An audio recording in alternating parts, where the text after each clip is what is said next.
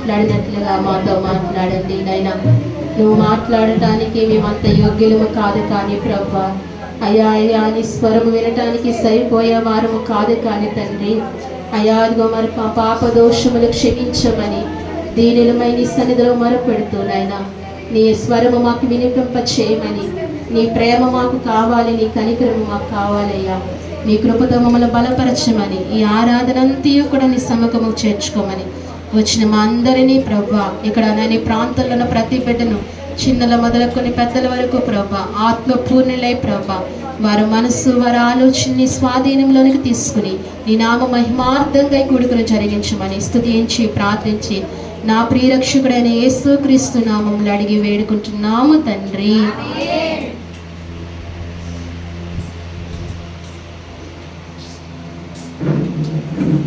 అందరం కూర్చున్నామండి.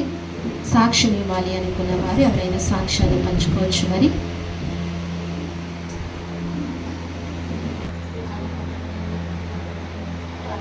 సాక్ష్యాన్ని బట్టి దేవుడు సన్నిధిలో ప్రార్థించగా అనేక కార్యాలు జరుగుతున్నాయి. పార్వతి గారి జీవితంలో చేసిన గొప్ప కార్యాన్ని బట్టి దేవునికి మహిమ ఘనత కలుగును గాక.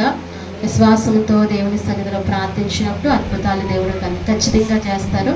అలాగే సుబ్బారావు గారి విషయంలో మీరు అందరూ కూడా ప్రార్థన చేయండి. మరి టెస్టులు ఇచ్చారు, రేపు పొద్దున్న టెస్టులు వస్తాయి. అది ఏమీ లేకుండా ప్రభు చక్కటి రిపోర్ట్లు రావడానికి మీ ప్రార్థనలో జ్ఞాపకం చేసుకోండి. నార్మల్ రిపోర్ట్లు వస్తాయండి. ధైర్యంగా ఉండండి, బాధపడకండి, ఏం కాదు. ప్రార్థన చేద్దాము, దేవుడు మనకు తోడై ఉంటాడు. ఈ సాక్ష్యాలను బట్టే దేవునికి మహిమ కలుగును గాక. వాక్యం చూద్దామండి. దేవుని వాక్యము కీర్తన గ్రంథము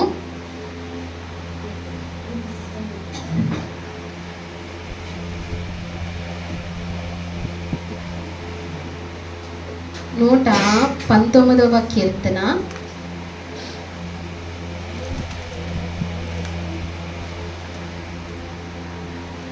119వ కీర్తన 97వ వచనం చదువుదాం. చూడండి. నీ ధర్మశాస్త్రము నాకెంతో ప్రియముగా ఉన్నది, దినమెల్లా నేను దానిని ధ్యానించుచున్నాను. చాలండి, చిన్న ప్రార్థన చేసుకుందాం. పరిశుద్ధుడా, నీ కొందనాలు, స్తోత్రాలు ప్రభువా. నిత్యుడగు తండ్రి, నీ కొందనాలు ప్రభువా. గొప్ప దేవా, నీ కొందనాలు. ఈ సమయంలో ప్రభువా వాక్య పరిచర్యలోకి మేము వచ్చి ఉన్నాము ప్రభువా. మరి నాయనా, మీరు మాతో నాతో మాట్లాడండి ప్రభువా. నువ్వు మాట్లాడే దేవుడు తండ్రి, గొప్ప దేవుడు ప్రభువా. ఈ వారము అయిన ప్రభువా మాకు ఏమి మాటలు అయితే అవసరమో ప్రభువా, మేము ఏ విషయంలో అయితే తప్పుపోతూ ఉంటున్నామో అవి మరొకసారి నీ వాక్యము ద్వారా మాకు జ్ఞాపకం చేయండి. మేము వాటిని సరి చేసుకునే కృప కూడా మాకు అనుగ్రహించండి తండ్రి. నన్ను సంపూర్ణంగా నీ సిలువ చాట మరుగుపరుచుకోండి ప్రభువా. కొలతలేని ఆత్మతో మీరు నింపండి ప్రభువా.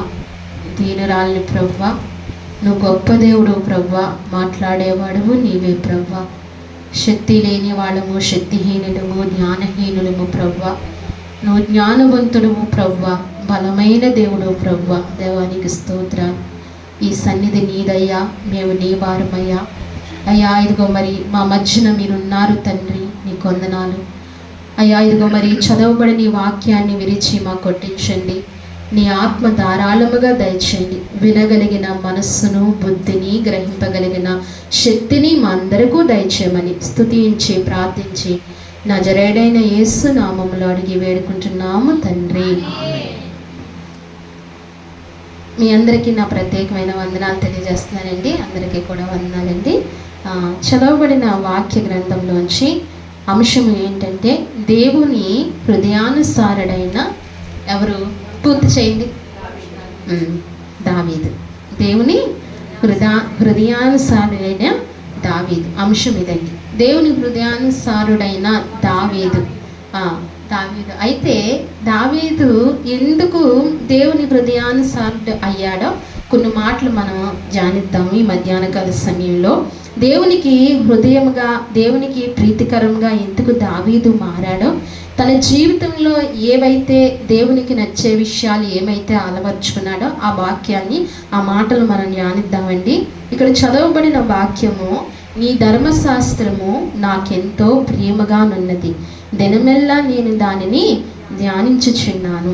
దావీదు అంటున్నాడండి, నీ ధర్మశాస్త్రము నాకెంతో ప్రీతికరముగా ఉన్నది.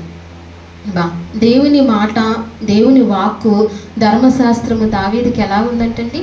ప్రీతికరముగా ఉందంట. అంటే చాలా ఇష్టముగా ఉందండి. దావీదుకి ఎలా ఉంది? చాలా ఇష్టముగా ఉంది. దేవుని హృదయంలో లేకపోతే గనక వాక్యం ఏమవుతుందండి? విసుగు పుడుతుంది. ఏం పుడుతుందండి? విసుగు పుడుతుంది. వాక్యము చదివే మనస్సు ఉండదు, వాక్యాన్ని చదివే మనస్సు ఉండదు. అసలు సర్వసాధారణంగా క్రైస్తవులు అనబడిన అందరికీ కూడా వాక్యాన్ని చదివే ఆలోచనే ఉండదు. ఎక్కడో చదువుతారు. చాలామంది ఏం చేస్తారండి? వాక్యాన్ని చదవరు, అంతే. ఆదివారం వచ్చి ఆదివారం ఆరాధనకి రావాలి కాబట్టి, వారు పితరులు నేర్పించారు కాబట్టి వచ్చి ఏం చేస్తారండి? ఆదివారం వచ్చి వింటారు, అంతే. వాక్యాన్ని ప్రతిదినము చదవరు. కానీ దావీదు కంటండి దాన్ని ఏం చేస్తున్నాడంట? తనకి ఎంతో ప్రీతికరంగా ఉందంట. పైగా తను అంటున్నాడు, నేను దాన్ని దినమంతా ఏం చేస్తున్నానంటండి? ధ్యానిస్తున్నాడంట. దాన్ని దినమెల్లా నేను దాన్ని ధ్యానిస్తున్నాను. యవన బిడ్డలైన వారు అనేక మంది, స్త్రీలైనా పురుషులైనా ఎవరైనా తారతమ్యం లేదు. ధర్మశాస్త్రం ఏం చేయాలండి? చదవాలి. ధర్మశాస్త్రాన్ని ధ్యానించాలి. ధర్మశాస్త్రాన్ని శ్రద్ధగా మనం చదవాలి. ప్రతిదినము మనం వాక్యాన్ని చదవాలి. ఏం చేయాలండి? ప్రతిదినము వాక్యాన్ని చదవాలి. నేను ప్రతిదినము ఆహారం తినట్లేదండి, నెలకు ఒకసారో వారానికి ఒకసారి తింటున్నాను అన్న వాళ్ళు చేతులు ఎత్తండి. ప్రతిదినము అన్నం తినట్లేదు, వారానికి ఒకసారే తింటున్నాను అన్నవాళ్ళ చేతులు ఎత్తండి. ఎవరూ ఎత్తలేం. ఎందుకని?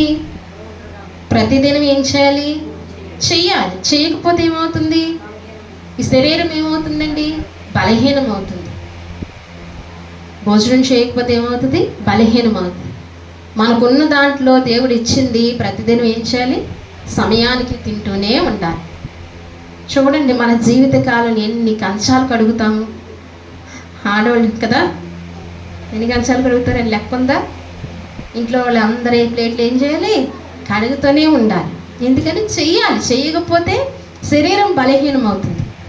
అలాగనే వాక్యము చదవకపోతే ఆ ఆత్మ బలహీనం అవుతుంది. ఏమవుతుందండి? ఖచ్చితంగా బలహీనం అవుతుంది. వాక్యాన్ని ఏం చేయాలంటండి? చదవాలి.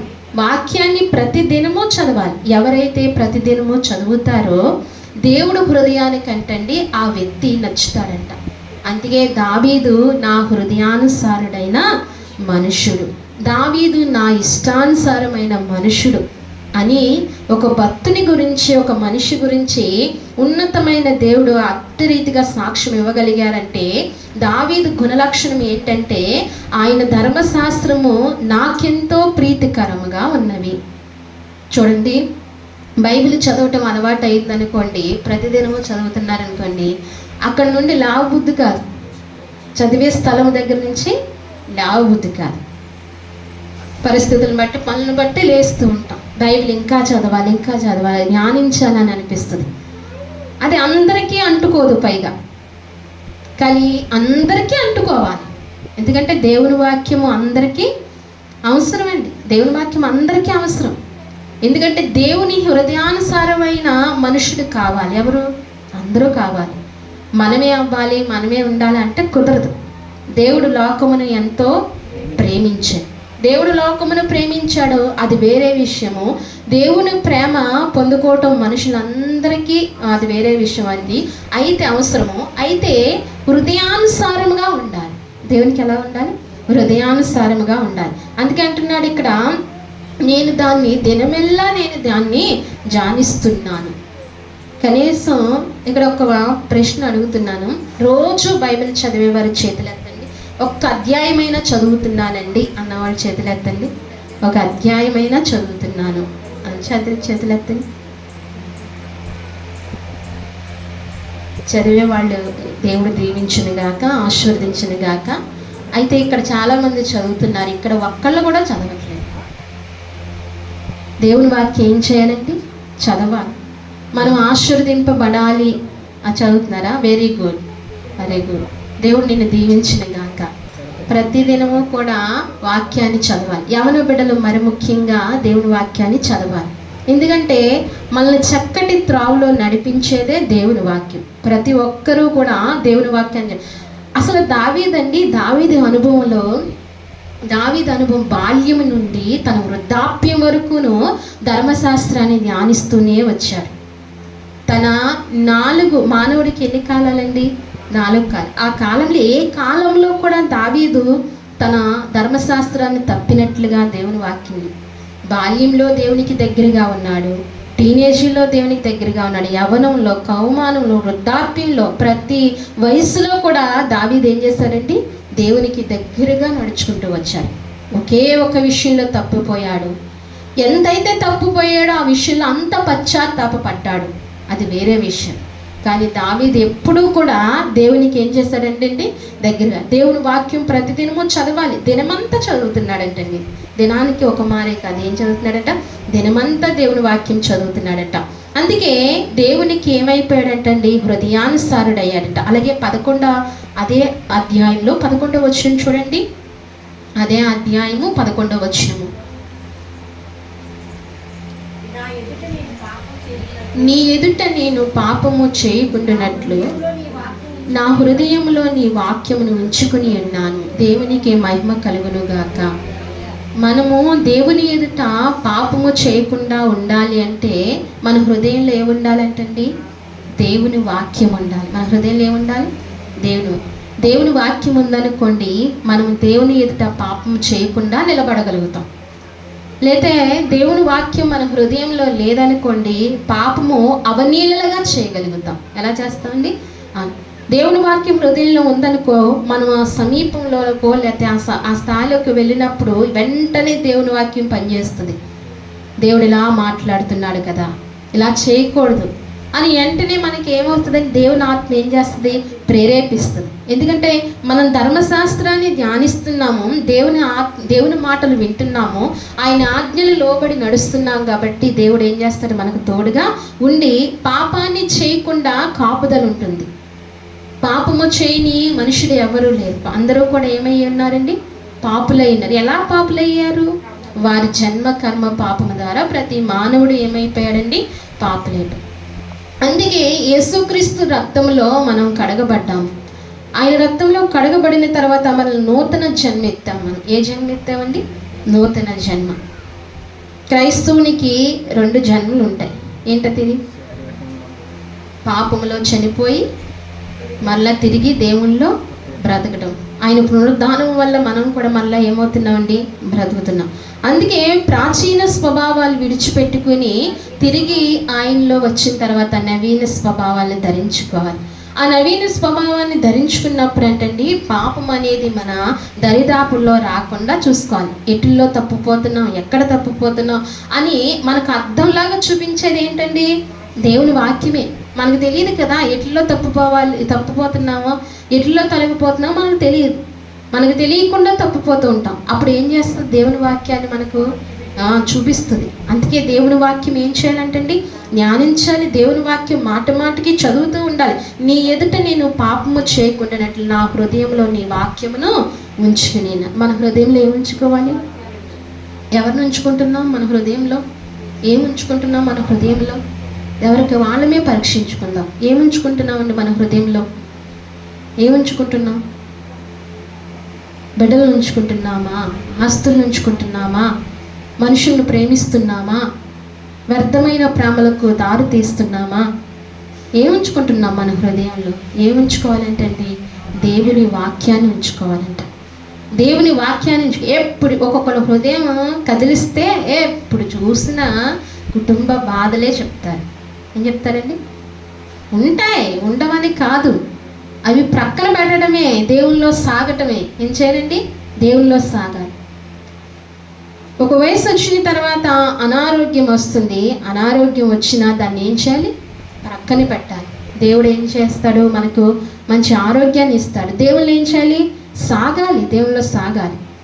పరిస్థితులు హృదయంలో ఉంచుకోకుండా దేవుని వాక్యాన్ని హృదయంలో ఉంచుకున్నప్పుడు తగిన కాలంలో దేవుడు మనకి ఏం చేస్తాడంటండి? సహాయం చేస్తాడు. అందుకే నీ ఎదుట పాపము చేయకుండా నా హృదయంలో నీ వాక్యాన్ని ఉంచుకుని అన్నాను. మనం కూడా ఏం చేయాలి? మన హృదయంలో ఏం ఉంచుకోవాలి? ఆయన వాక్యాన్ని ఉంచుకోవాలి. అలాగని 50 కూడా చూడండి, అదే అధ్యాయంలో 50 వచనం చూడండి. 119వ అధ్యాయంలో 50వ వచనము. నీ వాక్యం నన్ను బ్రతికించి ఉన్నది, నీ వాక్యము నన్ను బ్రతికించి ఉన్నది, నా బాధల్లో ఇదే నా బాధలలో ఇదే నాకు నెమ్మది కలిగించుచున్నది. దేవునికి మహిమ కలుగునుగా. నీ వాక్యము నన్ను బ్రతికించుచున్నది. మళ్ళీ బ్రతికించేది ఏదంట? దేవుని వాక్యం అంట. మళ్ళీ బ్రతికించేది దేవుని వాక్యం. అస్సలు లెక్కల్లోనికే రాదు ఈ దేవుని వాక్యం. అసలు బ్రతికించేది ఏంటి? ఈ దేవుని వాక్యమే.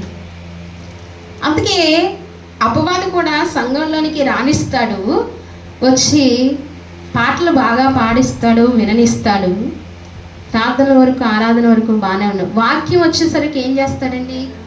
కునుబాట్లు తీసుకొస్తాడు. వాక్యం ఎన్నోకుండా మనసుని ఏం చేస్తాడు? మనం ఇక్కడే ఉంటాం, మన మనసు ఏమవుతుంది? బయటికి వెళ్ళి తిరిగి వస్తూ ఉంటుంది. మనం ఇక్కడే ఉంటాం, బయటికి వెళ్ళి ఏమవుతుందండి? తిరిగి. పోనీ మనసు ఎక్కడికి వెళ్ళకపోయినా ఇక్కడే ఉన్న వాక్యాన్ని గ్రహింపు రానియకుండా మందబుద్ధిని కలుగజేస్తాడు. ఏ బుద్ధినండి? మందబుద్ధిని కలుగజేస్తాడు. ఇక్కడే ఉంటాం, మనసు కూడా ఇక్కడే ఉంటుంది. మందబుద్ధిని కలుగజేస్తాడు, గ్రహించే ఆత్మ లేకుండా చేస్తాడు. అసలు వాక్యాన్ని చెవుని పెట్టనివ్వడు. ఎందుకనంటే వాక్యం అంటండి మనల్ని ఏం చేస్తుందంటండి? బ్రతికిస్తుందంట. మన ఆత్మను బ్రతికిస్తుంది వాక్యము. ఏం బ్రతికిస్తుంది? మన ఆత్మను బ్రతికిస్తుంది. అందుకే దావీదు అంటున్నాడు, నీ వాక్యము నన్ను బ్రతికించి ఉన్నది. బ్రతికించి ఉన్నదంటండి, బ్రతికిస్తుంది కాదు, బ్రతికించి ఉన్నది. దేవుని వాక్యం ఏం చేస్తుందంట? బ్రతికించుతుందంట, బ్రతికిస్తుందంట. అందుకని దేవుని వాక్యం హృదయించుకొని, నా బాధలలో ఇది నాకు నెమ్మది కలిగిస్తుంది. మనసారా దేవునికి స్తోత్రం చెప్దాం ఒకసారి. ఎప్పుడైనా ఏ బాధ అయినా, ఏ మానవుడికి బాధ లేని సమయం ఉండదు. బాధగా ఉన్నప్పుడు, కృంగిపోయినప్పుడు ఈ వాక్యం ఏం చేస్తుందంటే మనకు నెమ్మది కలిగజేస్తుందంట. నీ హృదయం కలవరంతో ఉన్నప్పుడు, నీకు అవసరమైనప్పుడు, నీకు ఏదైనా అవసరం వచ్చినప్పుడు నువ్వు వెంటనే వాక్యం దగ్గరికి వెళ్ళు, బైబిల్ తెరు, మోకరించు, ప్రార్థన చేసుకో, బైబిల్ తీసి ధ్యానించు. దేవుడు నీతో మాట్లాడటం మొదలు పెడతాడు. అప్పుడు నీకేం కలుగుతుందంటండి? నెమ్మది కలుగుతుందంట. బాధ ఉన్నప్పటికీ నీ నెమ్మది వెంటనే దేవుడు ఏం చేస్తాడు? అనుగ్రహిస్తాడు. అందుకే నీ వాక్యము నాకు నెమ్మది కలిగించి. దావీదుకు ఎందుకు నెమ్మది కలిగించింది అంటేనండి, దావీదు పడిన బాధలు ఇంత అంతా కాదు. దావీదు పడిన బాధలు ఇంత అంతా కాదు. దావీదు ఎన్నో బాధలు పడుతూ వచ్చాడు. ఎన్ని బాధలు పడ్డాడంటే లెక్కకు మించిన బాధలు దావీదు పడుతూ వచ్చాడు కదండి. దావీదు జీవితంలో చాలా బాధలు. అందుకే తన జీవితంలో అనుభవపూర్వకంగా ఈ కీర్తనలు రాస్తూ వచ్చాడు. దావీదు రచించిన కీర్తనలండి దగ్గరగా 80 కంటే ఎక్కువగా ఉన్నాయి. దావీదు రచించిన కీర్తనలు 80 కంటే ఎక్కువగా ఉన్నాయి. కీర్తనలు అంటే దావీదు ఒక్కడే రాశాడని అనుకుంటున్నారా? ఎవరు రాశారండి? మోషే రాశాడు, కోరహు కుమారులు రాశారు, ఆసాపు ప్రవక్త రాశాడు కదండి. ఇలాగా దావీదు ఇంచుమించు 80 పైగానే తన కీర్తనలు రాస్తూ 12 కీర్తనలు తన జీవిత అనుభవాలు రాశాడు. ఏంటండి? 12 కీర్తనలు అండి తన జీవిత అనుభవాలు రాశాడండి. తన జీవిత అనుభవాలను అవి ధ్యానిస్తే అదొక ప్రసంగం అవుతుంది. తను ఎక్కడెక్కడ పడిపోయినాయి, తన శత్రువులు వెంబడించారు, తను అనుభవించిన జీవిత అనుభవానికి ఏ కీర్తనలు రాశాడు అనేది ఒక వర్తమానం మనం చెప్పుకోవచ్చు. అందుకే దావీదు అంటున్నాడు, నాకు నెమ్మది కలిగిస్తుంది, నా బాధల్లో నెమ్మది కలిగిస్తుంది అంటున్నాడు. అలాగనే అదే అధ్యాయములో 165వ వచనం కూడా చూడండి. 165వ వచనము.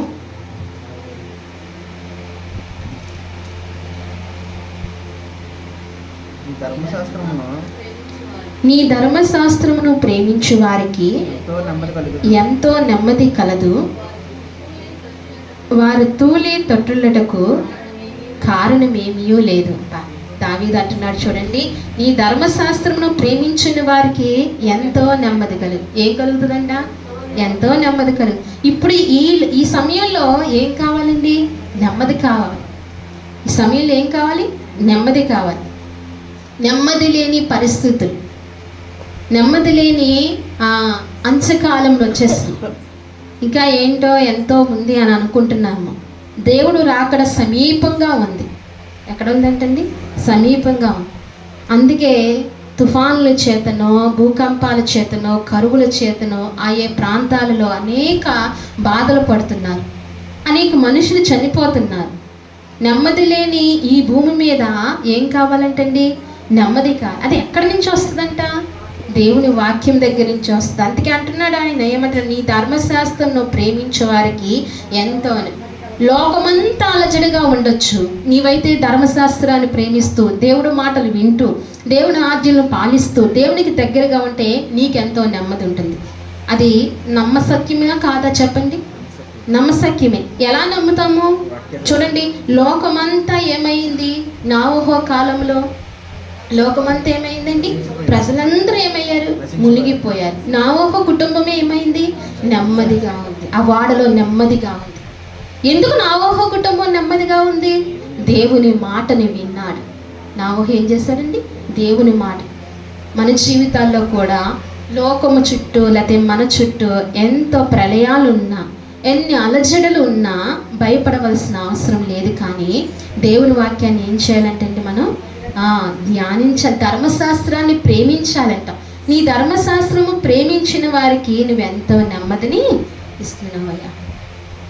దావీదు ఎంత అనుభవపూర్వకంగా రాశాడు. అప్పట్లో దావీదు అనుభవించాడు. చివరి దినాల్లో కూడా ఈ మాటలు చాలా ప్రతి మనుషుడికి కూడా అవసరము. అందుకే లోకంలో నెమ్మదిగా ఉండాలంటే దేన్ని ప్రేమించాలంటండి? ధర్మశాస్త్రాన్ని మనం ప్రేమించాలి, వాక్యాన్ని మనం ప్రేమించాలి, దేవుని మాటను మనం ప్రేమించాలి. అందుకే ధర్మశాస్త్రముని ఎంతో ప్రేమించెను. ఎవరండి? దావీదు ధర్మశాస్త్రమును ఎంతో ప్రేమించాను. ఇంతవరకు మనం అసలు ఎప్పుడు వాక్యాన్ని ప్రేమించలేదేమో. అలాంటి బండబారిన హృదయాలు మనవి కదండి. ఇంతవరకు దేవుని వాక్యము ప్రేమించలేదేమో.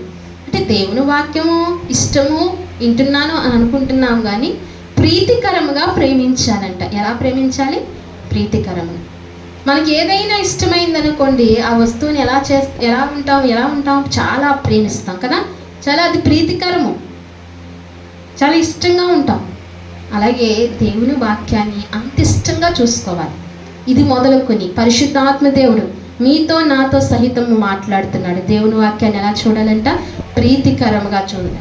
ధర్మశాస్త్రాన్ని ఎంతో ప్రేమించేవాడు కనుక దావీదు బాధల్లో ఏం కలిగిందండి?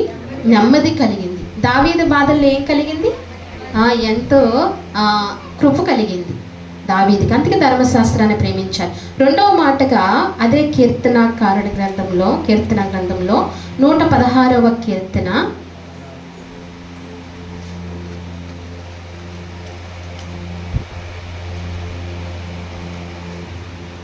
116వ కీర్తన మొదటి అధ్యాయం చదవండి. యెహోవా నా మొరను నా విన్నపములు ఆలకించి ఉన్నాడు, కాగా నేను ఆయన్ను ప్రేమించి ఉన్నాను. ఆయన నాకు చెవియొగ్గెను, కావున నా జీవిత కాలమంతే నేను ఆయనకు మొరపెట్టెదను. చాలండి. ఇక్కడ అంటున్నాడు ఆయన, దావీదు గొప్ప ప్రార్థనాపరుడండి. ఎవరండి? దావీదు గొప్ప ప్రార్థనాపరుడు. ఈనాడు ప్రార్థన చేయమంటే అసలు ప్రార్థనే రాదు.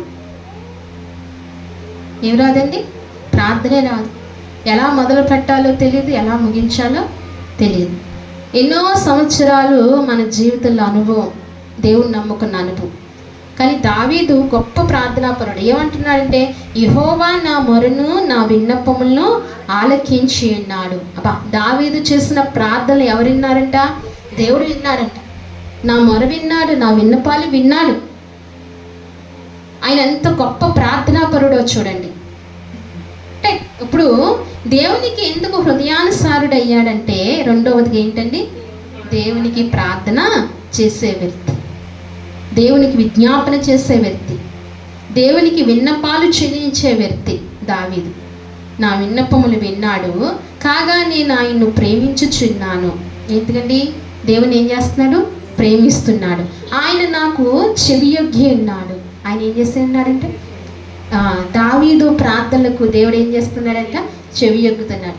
దావీదు ఎప్పుడు మోకరించినా, ఎప్పుడు ప్రార్థన చేసినా దేవుడు ఏం చేస్తున్నాడు? వెంటనే వింటున్నాడు. ఆలస్యం చేయట్లేదు. ఎందుకు ఆలస్యం చేయట్లేదంటే ఆయనే ధ్యానిస్తున్నాడు, ఆయన మీదే ప్రేమ కలిగి ఉన్నాడు, ఆయన వాక్యాన్ని నిరంతరము ధ్యానిస్తున్నాడు. కాబట్టి దావీదు ప్రార్థన వెంటనే వింటున్నాడు. అందుకే కావున నా జీవిత కాలం అంతే నేను ఆయనకు మొరపెట్టేదను. దేవునికి మహిమ కలిగిన గాక. ఎప్పుడు మొరపెట్టాలంటే అండి, ఎప్పుడు జీవిత కాలం అంతే మొరపెట్టాలి. మనకు అవసరమైనప్పుడు మొరపెట్టాలా? మన అవసరం తీర్పేక ఆ మొర తగ్గించేద్దామా? ఎప్పుడు మొరపెట్టాలంటండి? అవసరం తీరినా తీరకపోయినా, దేవుడు సహాయం చేసినా చేయకపోయినా ఏం చేయాలంటండి? జీవిత కాలం అంతా మొరపెట్టాలంట. కావున నా జీవిత కాలం అంతా ఏం చేశాను? యెహోవాకు మొరపెట్టాను. ఎంత గొప్ప అనుభవం కలిగిన వ్యక్తి చూడండి. అందుకే అంటున్నాను, నా జీవిత కాలం అంతా నేను. అందుకే ఆయన గొప్ప ప్రార్థనాపరుడుగా అయ్యాడు. అలాగే 145వ అధ్యాయము, 145వ అధ్యాయము ఇలా కీర్తనలో ఎన్నో మాటలు దావీదు గురించి ఉంటాయి. 145వ అధ్యాయము 18వ వచనం చూడండి. తనకు మొరపెట్టు వారు అందరికీ, తనకి నిజముగా మొరపెట్టు వారు అందరికీ యెహోవా సమీపంగా ఉన్నాడు. తన యందు భయభక్తులు గల వారి కోరిక ఆయన నెరవేర్చు. వారు మొర ఆలకించి వారిని రక్షించును. యెహోవా దేవుడు అంటున్నాడు అండి, తనకు మొరపెట్టు వారు అందరికీ, తాను నిజముగా మొరపెట్టు వారు అందరికీ యెహోవా ఎలా ఉన్నాడు? సమీపం. దావీదే కాదు, తనకు మొరపెట్టువారు ఎవరికి? దేవునికి మొరపెట్టువారు అందరికీ ఏం చేస్తున్నాడండి? ఆయన సమీపంగా ఉంది. తనకు మొరపెట్టువారు అందరికీ దేవుడు ఎలా ఉన్నాడంట? సమీపంగా ఉన్నాడంట. అంటే దగ్గరగా ఉన్నాడు. నీ కష్టాల్లో సాయం చేయని వ్యక్తులు ఎంతోమంది నీకు ఉండొచ్చు, చుట్టూ మనుషులు ఉన్నారు, ఏ సాయంను చేయని వారు ఉండొచ్చు. కానీ దేవాతి దేవుడు ఏమంటున్నాడు? నేను నీకు దగ్గరగా సమీపంగా ఉన్నాను. మనం ఏం చేయాలి? మొరపెట్టాలి. అందుకే దావీదు ఆ రీతిగా మొరపెట్టాడు కాబట్టి తనకి ఏమై ఉన్నాడంటే దేవుడు సమీపంగా ఉన్నాడు. తన యందు భయభక్తులు గల వారి కోరిక ఆయన నెరవేర్చును. మొదటిగా మన కోరికలు నెరవేరాలంటే ఎవరి యందు భయభక్తులు కలిగి ఉండాలి? దేవుని యందు భయభక్తులు కలిగి ఉంటే అవి నిజమైనవి, శ్రేష్టమైన మన కోరికలు దేవుడు ఏం చేస్తాడండి? ఆయన ఖచ్చితంగా తీరుస్తాడు, తన కోరికలు తీర్చును. వారు మొర ఆలకించి వారిని రక్షించును. దేవుడు ఏం చేస్తాడంటండి? వారి మొరను ఆలకించి వారిని ఏం చేస్తాడు? రక్షిస్తాడు. మొరపెట్టడం నేర్చుకోవాలి. మానవ జీవితాల్లో ఎన్నో కష్టాలు వాటిల్లుతూ వస్తాయి, ఎన్నో సమస్యలు, ఎన్నో అక్కర్లు వస్తూ ఉంటాయి. అప్పుడు ఏం చేయాలి? వెంటనే ఏం చేయాలండి? దేవునికి మొరపెట్టాలి. ఆయన ఎక్కడున్నాడంట? సమీపంగా ఉన్నాడంట. అందుకే వారు మొరను ఆలకించి రక్షిస్తానని. యెహోవా తన్ను ప్రేమించు వారు అందరినీ ఏం చేస్తున్నాడటండి? యెహోవా తన్ను ప్రేమించే వారు అందరినీ కూడా కాపాడతాడు. మనం ఏం చేయాలి? ఎవరిని ప్రేమించాలి? ఆయన్ని ప్రేమించడం నేర్చుకోవాలి. దేవుడు ఏం చేస్తాడు? మనల్ని కాపాడుతాడు. ఈ లోక ప్రమాదం నుంచి, ఈ లోక నష్టాల నుంచి మనల్ని ఏం చేస్తాడంటండి? అందుకే దావీదుని అనేక పలుమార్లు దేవుడు కాపాడుతూ వచ్చాడు. శత్రు సమూహము తన మీదకి వచ్చినప్పుడు దేవుడు ఏం చేస్తాడండి? కాపాడుతూ వచ్చాడు. మరణము తన దగ్గరికి, తన కంటి చూపు దగ్గరికి వచ్చినా దేవుడు ఏం చేస్తాడండి? కాపాడాడు. సౌలు ఈటి వేసాడు, గోడకు బిగించబడింది, తన తల ప్రక్కనే ఉంది, అయినా దేవుడు ఏం చేస్తాడండి? తప్పించాడు, కాపాడాడు. అందుకే తనకు మొరపెట్టు వారు అందరికీ దేవుడు ఎక్కడున్నాడండి? సమీపంగా ఉన్నాడు. ప్రమాదపు అంచుల్లోనికి మనం వెళ్ళిపోయినా, కష్ట నష్టాలు మన మీద వాటిల్లినా మనల్ని ఏం చేస్తాడు? దేవుడు ఖచ్చితంగా కాపాడతాడు. అందుకే దేవుని ధర్మశాస్త్రాన్ని ఏం చేయాలంటండి? ప్రేమించాలి. గొప్ప ప్రార్థనాపరులుగా మనం ఉండాలని దేవుని వాక్యం సెలవిస్తుంది. మొదటగా దేవుడు హృదయానుసారుడైన మనుషుడంటే దావీదు మొదటగా ఏం చేస్తాడండి? ధర్మశాస్త్రం ఏం చేస్తాడు? ఎంతో ప్రేమించాలి. రెండవదిగా ఏంటండి? ఆయన గొప్ప ప్రార్థనాపరుడు. ఎవరండి? రెండవదిగా గొప్ప మూడవదిగా చూద్దాం. అదే కీర్తన గ్రంథము 119వ కీర్తన 164వ అధ్యాయం చూడండి. నీ న్యాయ విధులను బట్టి దినమునకు 7 మార్లు నేను నిన్ను స్తుతిస్తున్నాను. నీ ధర్మశాస్త్రమును ప్రేమించే వారికి ఎంతో నెమ్మది కలదు. ఇక్కడ చూడండి, నీ న్యాయ విధులను బట్టి దినములకు 7 మార్లు నేను నిన్ను స్తుతిస్తున్నాను. దేవునికి మహిమ కలుగును గాక. దావీదు ఎన్ని మార్లు స్తుతిస్తున్నాడండి? ఎన్ని మార్లు అండి? 7 మార్లు స్తుతిస్తున్నాడు. దావీదుకు పని పాట లేదా? కానీ ఎందుకు స్తుతిస్తున్నాడండి? 7 మార్లు ఎందుకు స్తుతిస్తున్నాడు? దినమునకు మన జీవితాల్లో ఒక్కసారైనా స్తుతించే అనుభవం మనకుందా? ఒక్కరోజు కూడా ఒక్కసారి కూడా స్తుతించకుండా లేని స్థితి మన జీవితంలో ఉందండి? ఎన్నో రోజులు ఉన్నాయి మన జీవితంలో కదా. ప్రభువుని కలిగిన తర్వాత సంవత్సరంలో దొర్లుతున్నప్పటికీ మనం దేవుని స్తుతించిన రోజులు ఎన్నో మన జీవితాల్లో ఉన్నాయి. దావీదు అయితే ఎన్నిసార్లు స్తుతించాడంటే 7 సార్లు 7 మార్లు స్తుతించాడు. ఎందుకు దేవునికి హృదయానుసారుడు అయ్యాడంటే దేవుని స్తుతించేవాడు. దావీదు ఏంటండి? దేవుణ్ణి నమ్మకంగా స్తుతించేవాడు. ఎలాగంటండి? నమ్మకంగా స్తుతించేవాడు. అందుకే దేవునికి ఇష్టడైపోయాడు. ఈ న్యాయ విధి ఎలా స్తుతించాడండి దావీదు? ఊరికే స్తుతించాడా? ఎలా స్తుతించాడు? ఆయన న్యాయ విధులను బట్టి స్తుతించాడంటండి. ఎలాగండి? న్యాయ విధులు, దేవుని న్యాయ విధులను బట్టి దావీదు 7 మార్లు స్తుతించాడంట. అంటే అంత న్యాయ విధులు, ఆయన ధర్మశాస్త్రం ఎలా ఉందండి? అంత న్యాయ విధులుగా ఉంది. దినమునకు 7 మార్లు నిన్ను స్తుతిస్తూ వచ్చానంటున్నాడు. అలాగే 147వ కీర్తన కూడా చూడండి. 147వ కీర్తన 1వ అధ్యాయం చూడండి. యెహోవాను స్తుతించుడి, మన దేవునికి స్తోత్రగానము చేయటం మంచిది, అది మనోహరము, స్తోత్రము చేయట ఒప్పదము. చాలండి. ఇక్కడ అంటున్నాడు కదా, యెహోవాను స్తుతించుడి. ఎవరిని స్తుతించాలి? యెహోవాను స్తుతించాలి. మన స్తుతి ఎవరికి వెళ్ళాలి? ఆయన్ని స్తుతించాలి. యెహోవాను స్తుతించుడి, మన దేవునికి స్తోత్రగానము చేయట మంచిది. మన దేవునికి ఏం చేయాలంటుంది? స్తోత్రగానము చేయాలి. నీ నోట ఎప్పుడు దేవుని స్తుతి ఉండాలి.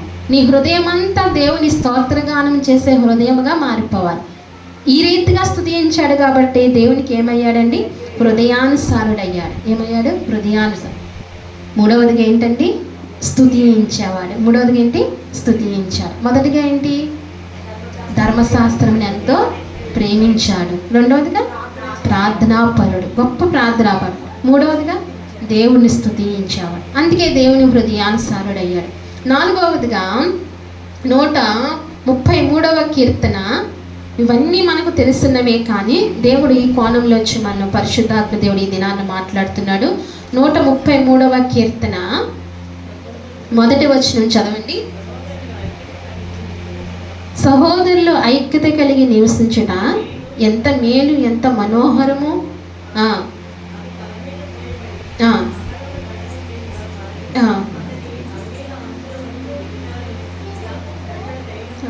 చాలండి.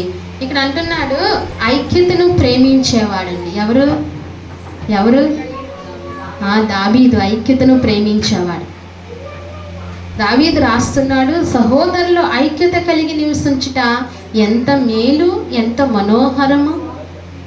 దావీదు ఏమి ప్రేమిస్తున్నాడంటే ఐక్యతను ప్రేమిస్తున్నాడు. ఏం ప్రేమిస్తున్నాడండి? చాలామందికి ఈ గుణం ఉండదు. ఏ గుణము? ఐక్యపరిచే గుణం ఉండదు. ఎవరైనా 2 వ్యక్తులు దెబ్బలాడుకుంటున్నారనుకోండి, దెబ్బలాడేసుకున్న తర్వాత ఈ వ్యక్తి దగ్గరికి వచ్చి ఒక వ్యక్తి తన బాధ అంతా, దెబ్బలాటనంతా చెప్పుకున్నాడు. అప్పుడు ఈ వ్యక్తి ఏం చేస్తాడు? అలా అలా అన్నాడా అనేసి అంటాడు. ఆ వ్యక్తి వెళ్ళిపోతాడు. ఇంకొక వ్యక్తి వచ్చి ఆ దెబ్బలాడుకున్న వ్యక్తి ఇంకొక వ్యక్తి వచ్చి నేను ఇలా అన్నాడు. ఈ వ్యక్తి ఏం చేస్తాడండి? ఎక్కువ చేస్తాడు, మనసు విరిచేస్తాడు. అప్పుడు ఏం చేయాలి? దేవుడి ధర్మశాస్త్రం హృదయంలో ఉంటే గనక ఆ వ్యక్తి వచ్చినా, ఈ వ్యక్తి వచ్చినా, ఆ వ్యక్తి లేనప్పుడు, ఈ వ్యక్తి లేనప్పుడు ఏమంటారో తెలుసా? నీకు అలా చేయటం అది మంచిదని వాళ్ళు అన్నారేమో. ఆ సందర్భాన్ని బట్టి ఏం చేయాలి? మనం ఐక్యపరచాలి. ఏం చేయాలండి? ఐక్యపరచాలి. ఎవరినైనా ఐక్యత లేకుండా చేసేది ఎవరి ఆత్మ అండి? అపవాది ఆత్మ. ఐక్యత లేకుండా చేసేది ఎవరి ఆత్మ?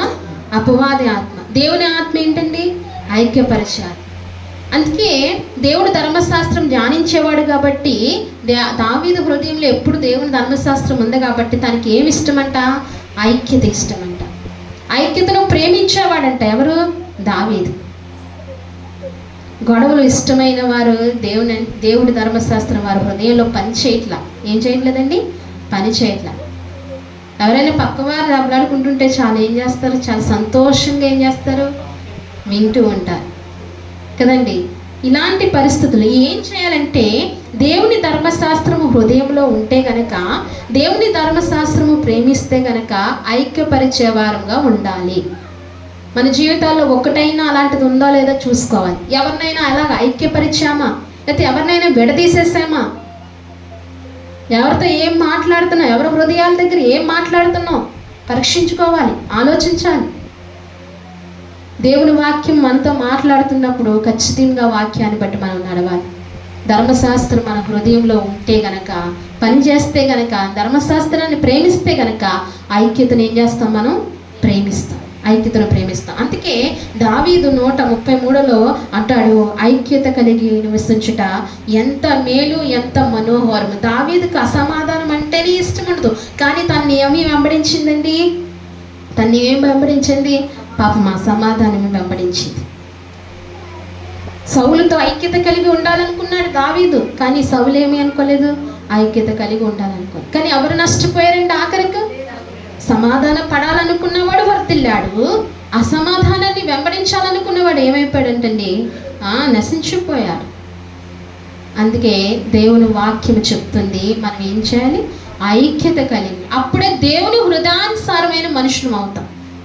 ఏమవుతామండి? దేవుని హృదయానుసారమైన మనిషి. అప్పుడే దేవుని నీతిని నెరవేర్చే వారముగా మనం ఉంటాం. ఐక్యపరచాలి. కుటుంబంలో కానీ, సంఘంలో కానీ, సమాజంలో కానీ, ఎక్కడైనా నీకు ఈ విషయం ఎదురైనప్పుడు నువ్వేం చేయాలి? అలా కాదు, దేవుడి ఆత్మతో మాట్లాడాలి. ధర్మశాస్త్రాన్ని ఆధారం చేసుకుని నువ్వు మాట్లాడాలి. అప్పుడే దేవుడికి ఎంతో నువ్వు ఇష్టకరముగా జీవించగలుగుతావు. దేవునికి ఇష్టకరమైన బిడ్డగా నువ్వు ఉంటావని దేవుని వాక్యం సెలవిస్తుంది. 4వది ఏంటండి? దేవుడు హృదయానుసారుడు ఎందుకయ్యాడు? దావీదుని ఐక్యపరిచే ఆత్మ ఆయనలో ఉంది కాబట్టి దేవునికి హృదయానుసారుడైన మనుషుడయ్యాడు. 5వది ఒక మాట చూద్దాము. 119వ కీర్తన, 119వ కీర్తన 104 చూడండి. నీ ఉపదేశము వలన నాకు వివేకము కలిగెను, తప్పు మార్గములన్నీ నాకు అసహ్యమాయను. దేవునికి మహిమ కలుగును గాక. తప్పు మార్గములు అసహించుకునేవాడు. 5వదిగా ఏంటండి? తప్పు మార్గములు అసహించుకునేవాడు. అసలు ఈ తప్పు మార్గంను అసహించుకునే మనసు ఎందుకు వచ్చిందంటే, నీ ఉపదేశములు నాకు వివేకమును కలిగించును. ఆయన ఉపదేశాలు ఏం కలిగిస్తాయంట? వివేకాన్ని కలిగిస్తాయంట. దేవుని ఉపదేశాన్ని వివేకాన్ని ఇస్తాయంట. వివేకముగా నడిపింపచేస్తాయి. అవి వివేకాన్ని ఇస్తాయి. తప్పు మార్గములన్నీ కూడా నాకు అసహ్యములాయను. దావీదుకి ఏమైందంటండి? తప్పు మార్గములన్నీ అసహ్యములాయని అంట. ఆ మనస్సు ఉంది కాబట్టి, ఆ హృదయం ఉంది కాబట్టి దావీదుని దేవుడు ఏం చేశాడు? హృదయానుసారుడిగా చేసుకున్నాడు. దావీదుకి ఈ మనసు ఉంది. తప్పు మార్గంలో అసహించుకునే మనసు ఉంది. మన జీవితాల్లో కూడా ఏముండాలండి? తప్పుని అసహించుకునేవారు. తప్పు మార్గం మనకు కనపడితే అసహించుకునే వారముగా ఉండాలి. అప్పుడే మనం దేవునికి నచ్చుతాం, దేవునికి ఇష్టపడతాడు మనల్ని. దావీదు ఆ రీతిగా నడిచాడు. తప్పు మార్గంలో ఏం చేశాడు? అసహించుకున్నాడు. అందులో నడవకూడదు. ఎందులోనండి? ఆ తప్పు మార్గంలో నడవకూడదు. అలాగని నువ్వు నడవకపోయినా ఏం చేయకూడదు? ప్రోత్సహించకూడదు. ఏం చేయకూడదంట? ప్రోత్సహించకూడదు. కొందరు జీవితాల్లో ఈ అనుభవం ఉంటుంది. వారు నడవకపోయినా ఏం చేస్తాడు? ప్రోత్సహిస్తారు. అది కూడా ఏంటండి? తప్పే. దేవునికి ఇష్టం లేని హృదయం, దాన్ని దేవునికి అసహ్యమైన హృదయం. అందుకే ఈ హృదయం అసహించుకునే, తప్పు మార్గాన్ని అసహించుకునే మనసు దావీదులో ఉంది కాబట్టి దావీదు ఏమైపోయాడు? దేవునికి ఇష్టడయ్యాడు. 5వది. 6వదిగా ఒక మాట చూసుకుని, 2 మాటలు చూసుకుని మనం ముగించుకుందామండి. రెండో సమూయేలు గ్రంథము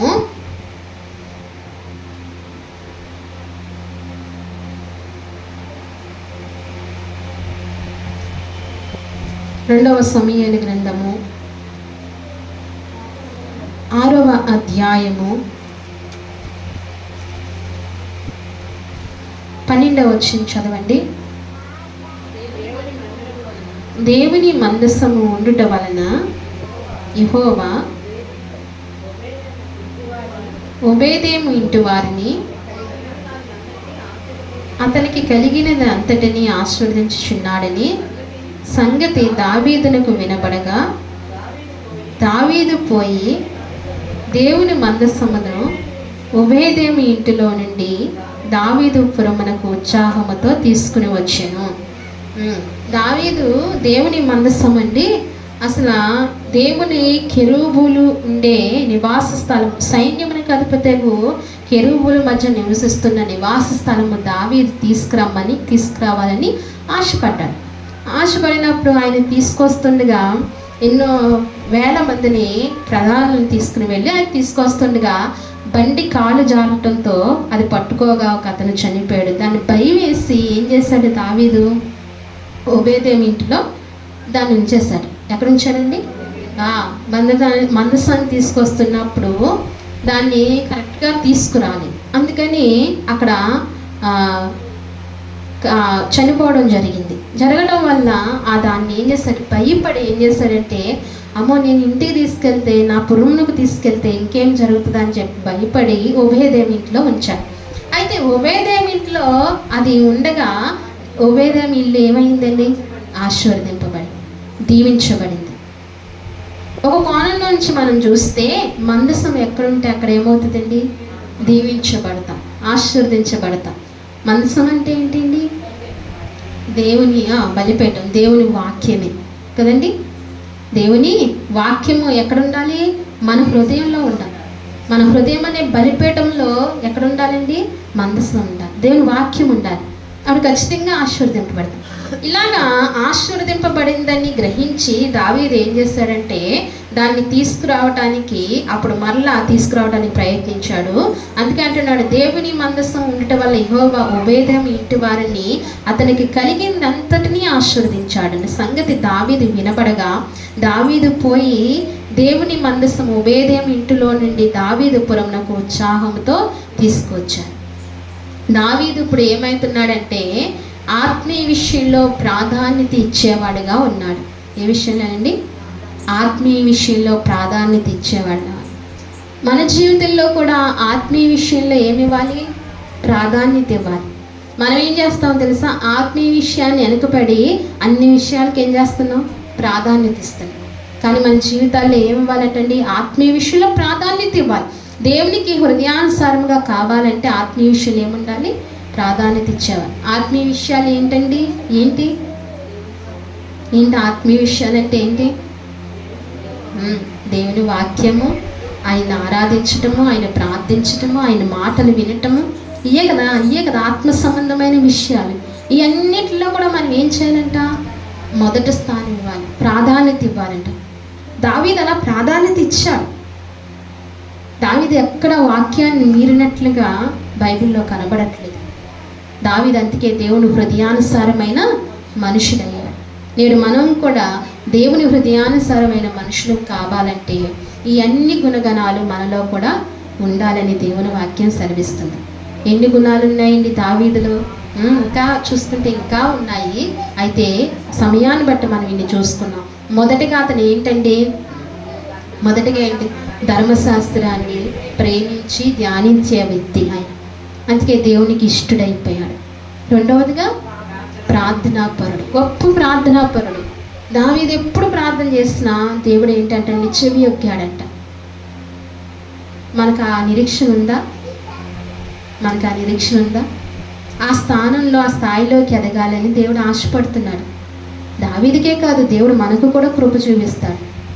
ఏ సమస్య వచ్చినా వెంటనే ఎక్కడికి వెళ్ళాలి? దేవుని పాదాల దగ్గరికి వెళ్ళాలి. భక్సింగ్ గారు అంటండి, దైవజనుడు భక్సింగ్ గారు, ఆయనకి ఏం అవసరం వచ్చినా ఏం చేసేవారంట? ఆయన ప్రార్థనా గదిలోనికి వెళ్ళి ప్రార్థన చేసేవారంట. బయట ఉన్న బిడ్డలు కంగారు పడేవారంట. అయితే ఆయన ఏమాత్రం కంగారు పడేవారు కాదంట. ఆయన ఒకటే మాట చెప్పేవారంటే ఏంటంటే, నా బ్యాంకు పరలోకంలో ఉంది, ప్రార్థనా తాళపు చెవులు నా చేతిలో ఉన్నాయి అన్నాడంట. ఆయన ఏమున్నాయంటండి? ప్రార్థనా తాళపు చెవులు. మన చేతిలో ఏముండాలి? ప్రార్థన. అంత శక్తివంతంగా మారాలి. అలా మారాలంటే ఊరికే మారిపోము. ధర్మశాస్త్రాన్ని ఏం చేయాలంటండి? ధ్యానించాలి. అందుకే ఏ పరిస్థితుల్లో కూడా మనం ఏమవ్వగలుగుతాం? జయించగలుగుతాం. ఎట్టి స్థితిలో కూడా మనం నిలబడగలుగుతాం. అటు ప్రార్థనాపరులుగా మారాలి. మన వల్ల అవదండి, వాళ్ళు భక్తులు కదా, లేకపోతే వాళ్ళు దేవునితో ఉన్నారు కదా అనుకోవడానికి వీల్లేదు. మన వల్ల కూడా అవుతుంది. మనం కూడా ఏం చేయాలి? సాధనం చేయాలి. ఏం చేయాలండి? సాధనం చేయాలి. వాళ్ళకి పని పాట లేకుండా సాధనం చేశారంటారా? మనకి చాలా పనులు ఉన్నాయి కదా. మనకేమున్నాయండి? చాలా పనులు ఉన్నాయి కాబట్టి మనం సాధనం చేయలేకపోతుంది. ఈ పనులు, ఈ పాటలు, ఇవన్నీ కూడా ఇక్కడ వరకే. ఈ నిత్యత్వంలోనికి తీసుకురావు ఈ పాటలన్నీ కూడా. మనం అందుకే ప్రార్థన ఏం చేయాలి? సాధనం చేయాలి. గొప్ప ప్రార్థనా పరులుగా ఉండాలి. అందుకే అంటున్నాడు, రెండవదిగా మంచి ప్రార్థనా పరుడు, మూడవదిగా దేవుణ్ణి స్తుతించేవాడు. ఎన్నిసార్లు స్తుతించాడంటే దినమునకు 7 మార్లు స్తుతించాడంట. 3 మారు ప్రార్థన చేసేవాడంటే 7 మార్లు స్తుతించడం. మరి సమయాన్ని ఎలాగా ఆయన ఏర్పరచుకున్నారో కానీ దావీదు మళ్ళీ పైగా తన సింహాసనం దిగి స్తుతించాడంట. ఏంటండి? తన సింహాసనం దిగి స్తుతించాడు. తన బాల్యం నుండి ఆ అలవాటు ఉంది. తన సింహాసనం ఎక్కిన ఆ అలవాటును ఏం చేయలేదు? పాడు చేసుకోవాలి. చాలామంది క్రైస్తవ జీవితాల్లో మొదటగా చాలా భక్తిగా, చాలా దేవునికి దగ్గరగా నడుస్తారు. దేవుడు అన్నీ ఇచ్చేసిన తర్వాత వారు ఏం చేస్తారండి? దేవుని సన్నిధిని, దేవుణ్ణి కూడా పక్కన పెడుతూ ఏం చేస్తారు? వారి జీవితం జీవిస్తూ ఉంటారు. దేవుని స్తుతించేవారంగా ఉండాలి.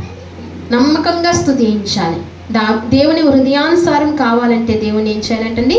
స్తుతించాలి. 4వదిగా ఆయన ఏం చేశాడు? ఐక్యపరిచేవాడు. సహోదరుల ఐక్యత కలిగి ఉండటం ఎంత మేలు, ఎంత మనోహరం. దావీదు ఏం చేస్తావాడంటే ఐక్యపరిచేవాడు. ఐక్యతను ప్రేమించేవాడు దావీదు.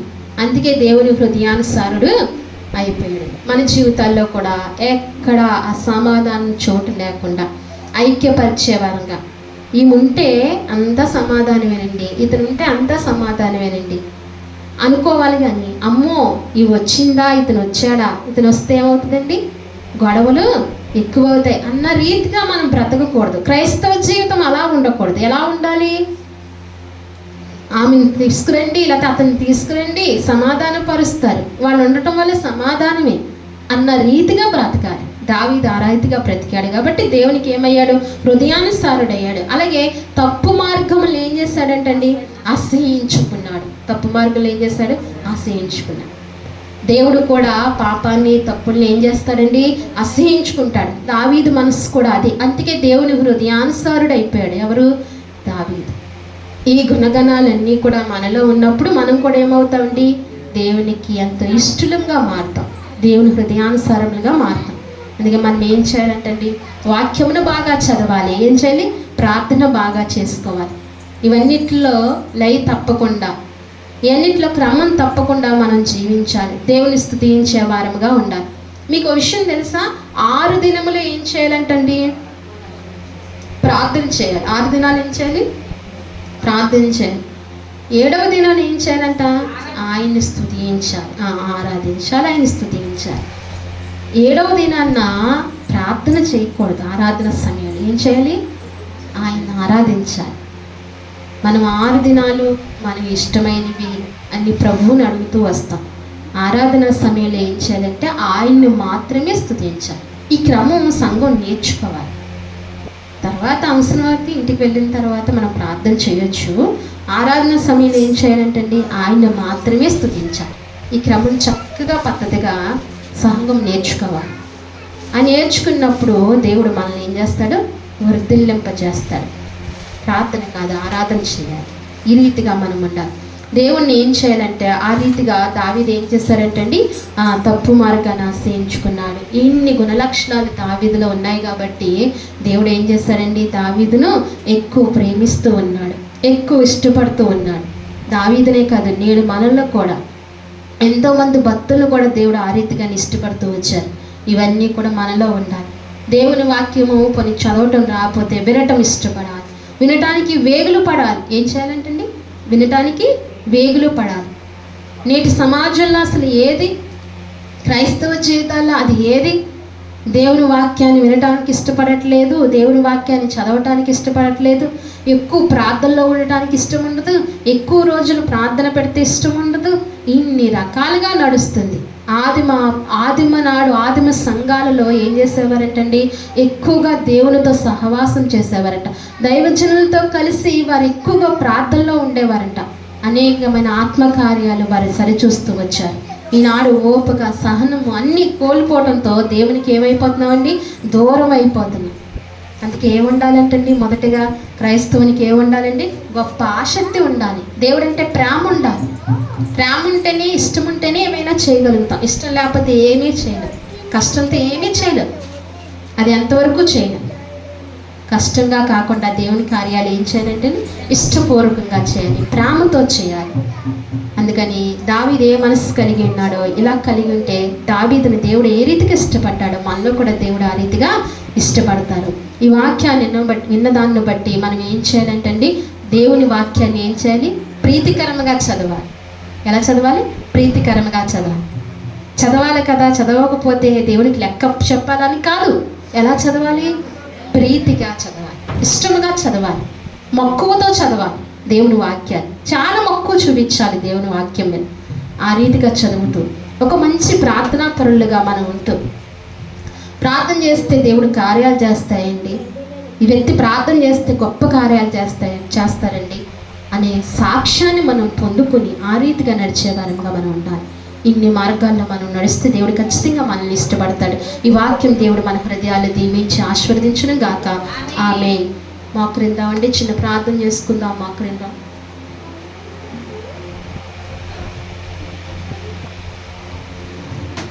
మహాపరిశుద్ధుడా, ప్రార్థన చేసుకుందాం అందరం మోకరించి. దేవానికి వందనాలయ్యా, ఇంతవరకు నాతో మాట్లాడుతూ వచ్చావు ప్రభా. అయ్యా, నన్ను ఎంతగానో ప్రేమిస్తూ నాయన నువ్వు మాట్లాడుతూ వచ్చావు తండ్రి. అవునయ్యా, దావీదును నువ్వు అంటున్నావు, ఇతడు నా హృదయానుసారుడైన మనుషుడు దావీదు అంటున్నావు తండ్రి. నీ హృదయానుసారుడు ఎందుకు అయ్యాడంటే అయ్యా ప్రభా, కొన్నినైనా లక్షణములు మాకు చూపిస్తూ వచ్చావు తండ్రి. అవునయ్యా, దావీదు నీ హృదయానుసారుడు ఎందుకు అయ్యాడంటే నీ ధర్మశాస్త్రమును అయా అనుదినము నిత్యము ధ్యానించేవాడు, దాన్ని ప్రీతికరముగా ఎంతగానో చదివేవాడు ప్రభా, దాని పట్ల నడిచేవాడు తండ్రి. అందుకే నీకు ఇష్టడయ్యాడు ప్రభా. గొప్ప ప్రార్థనా పరుడయ్యా, అతను ఎప్పుడు ప్రార్థన చేసినా దేవాన్ని ఎప్పుడు పిలవగా అతనికి సమీపంగా ఉన్నా. అవునయ్యా, నిజంగా ఈనాడు నిజంగా మొరపెట్టే వారికి అందరికీ సమీపంగా ఉన్నారంటున్నాం. మా జీవితాలలో, మా హృదయాలలో నిజముగా మొరపెట్టే అనుభవాలు మాకు దయచేయండి అయ్యా. అయ్యా, శ్రద్ధగా, ఆలోచనగా ఏదో నిర్లక్ష్య స్వభావంతో మేము నీ సన్నిధిలో మొరపెడుతున్నామేమో, ప్రార్థిస్తున్నామేమో, తప్పనిసరిది కాదు అనుకుని ప్రార్థిస్తున్నామేమో ప్రభా. అయ్యే అలవాటులు మాలోంచి తీసివేయండి ప్రభా. నిజముగా మొరపెట్టే అనుభవం మాకు దయచేయండి. నిజముగా మొరపెడితే సమీపంగా ఉంటానని నీ వాక్యం సెలవిస్తుంది అయ్యా. మాకు నిజముగా మొరపెట్టే అనుభవాలు మరి మాకు దయచే ప్రభా. దావీదు గొప్ప ప్రార్థనాపరుడయ్యా, ఆ రీతిగా మమ్మల్ని కూడా చేయమని మీ సన్నిధిలో ప్రార్థిస్తున్నాను తండ్రి అని ప్రార్థన చేద్దామా? ప్రతి ఒక్కరము కూడా దావీదు స్తుతిస్తూ వచ్చాడు తండ్రి. అదే తన జీవితంలో ఏనాడు మర్చిపోకుండా నిన్ను 7 మార్లు స్తుతిస్తూ వచ్చాడయ్యా. దినమునకు 7 మార్లు నేను స్తుతిగానములు అర్పిస్తూ వచ్చాడు ప్రభా. ఎంత నమ్మకంగా జీవించాడో ప్రభా దావీదు. అట్టి కృప మాకు కూడా మీరు అనుగ్రహించయ్యా. అయ్యా, అట్టి జీవితం మాకు కూడా ఇవ్వు ప్రభా. అలాగే దావీదు ఐక్యపరిచేవాడయ్యా, ఐక్యతను ప్రేమించేవాడు తండ్రి. మా జీవితాల్లో కూడా నైనా ఎక్కడైనా అసమాధానం ఉంటే దాన్ని ఇష్టపడకుండా ప్రభా నైనా మేము అదే గద్దించి సమాధానపరిచే బిడలంగా మేము ఉండటానికి, సమాధానాన్ని, ఐక్యతను ఇష్టపడే వారంగా ఉండటానికి సహాయం చేయండి ప్రభా. దావీదు అనుభవాలయ్యా ఇవి. అందుకే నీ హృదయానుసారుడయ్యాడు ప్రభా. అయ్యా, ఇదిగో మరి తప్పు మార్గంలో అసహించుకునేవాడు తండ్రి. అయ్యా, నువ్వు కూడా తప్పు మార్గంలో అసహించుకుంటావు. నీ హృదయమే దావీదు హృదయం అయింది. అందుకేనైనా దావీదు నీ హృదయానుసారుడయ్యాడు ప్రభా. ఈ మధ్యాహ్న కాల సమయంలో మీరు నాతో మాట్లాడుతూ వచ్చారు ప్రభా. అయ్యా అందరం అడుగుదామా అయ్యా ఈ గుణ లక్షణాలు నాకు కావాలి ప్రభా. నోరు తెరిచి ఎవరైతే అడుగుతారో ప్రభువు నీకు ఎట్టి కృపనివ్వబోతున్నాడు ప్రభా. దావీదుకున్న అనుభవాలు నాకు ఇవ్వండి అయ్యా. నేను కూడా దావీదు వలె నీ ఇష్టానుసారుడైన మనుషుని కావాలయ్యా, నీ హృదయానుసారుడైన మనిషిని కావాలి ప్రభా. నేను నాయన అట్టి అనుభవం నాకు దయచేయి. ఎవరైతే నిర్మలమైన మనసుతో కావాలని కోరుకుంటున్నారో, ఎవరైతే అడుగుతున్నారో, ఇవన్నీ ప్రభువు మీకు ఇచ్చునుగాక. ధర్మశాస్త్రము ప్రతిదినము చదివే ఆసక్తి ప్రేమ మీలో పుట్టునుగాక. గొప్ప ప్రార్థనాపరులు అవునుగాక. దేవుని స్తుతించే గొప్ప మనసు మీకు వచ్చునుగాక. ఐక్యపరిచే మనసు మీకు వచ్చునుగాక. అసహించుకునే తప్పు మార్గాలను అసహించుకునే మనసు మనకు వచ్చునుగాక. ఇటు ప్రార్థన మనం చేద్దామండి. పరిశుద్ధడానికి కొందనాలు, స్తోత్రాలు, దైవమానికి స్తుతులు తండ్రి. నైనా ఈ మధ్యాహ్న కాల సమయంలో ఈ ఆరాధనలో నైనా ప్రభా మీరు మాకు తోడుగా ఉండే ప్రభా, అన్ని విషయాల్లో మీరు మాకు తోడుగా ఉండి నడిపించిన విధానం కొరకే మీకు వందనాలు. వాక్యంలో కూడా మీరు మాకు తోడుగా ఉండి మీరు మాతో మాట్లాడిన విధానం కొరకే వందనాలు. విన్న మాటలు విడిచిపెట్టకుండా దాని ప్రకారం నడిచే కృప మాకు దయచేయండి ప్రభా. ఇట్ల ప్రకారంగా నడుచుకునే శక్తిని, సామర్థ్యతను మాకు అనుగ్రహించండి. ఈ తావులో నడవాలని ఆశపడుతున్నాం, విన్న మాటల తావులో నడవాలని ఆశపడుతున్నాం ప్రభా. అట్టి కృప మాకు దయచేయండి నాయన. ప్రభా ఇన్న వాక్యాన్ని మంచి నేల మీద పడిన విత్తనాలుగా మీరు చేయండి ప్రభా.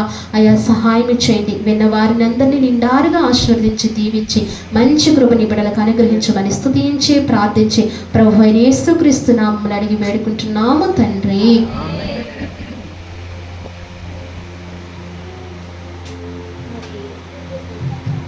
మనం దీన్ని ఏం చేద్దాం అంటారంటే, నా ఆలోచన ఏంటంటే ఇంకొక అరగంట టైం తీసుకుని 7 ప్రార్థనలు చేయగలుగుతారా?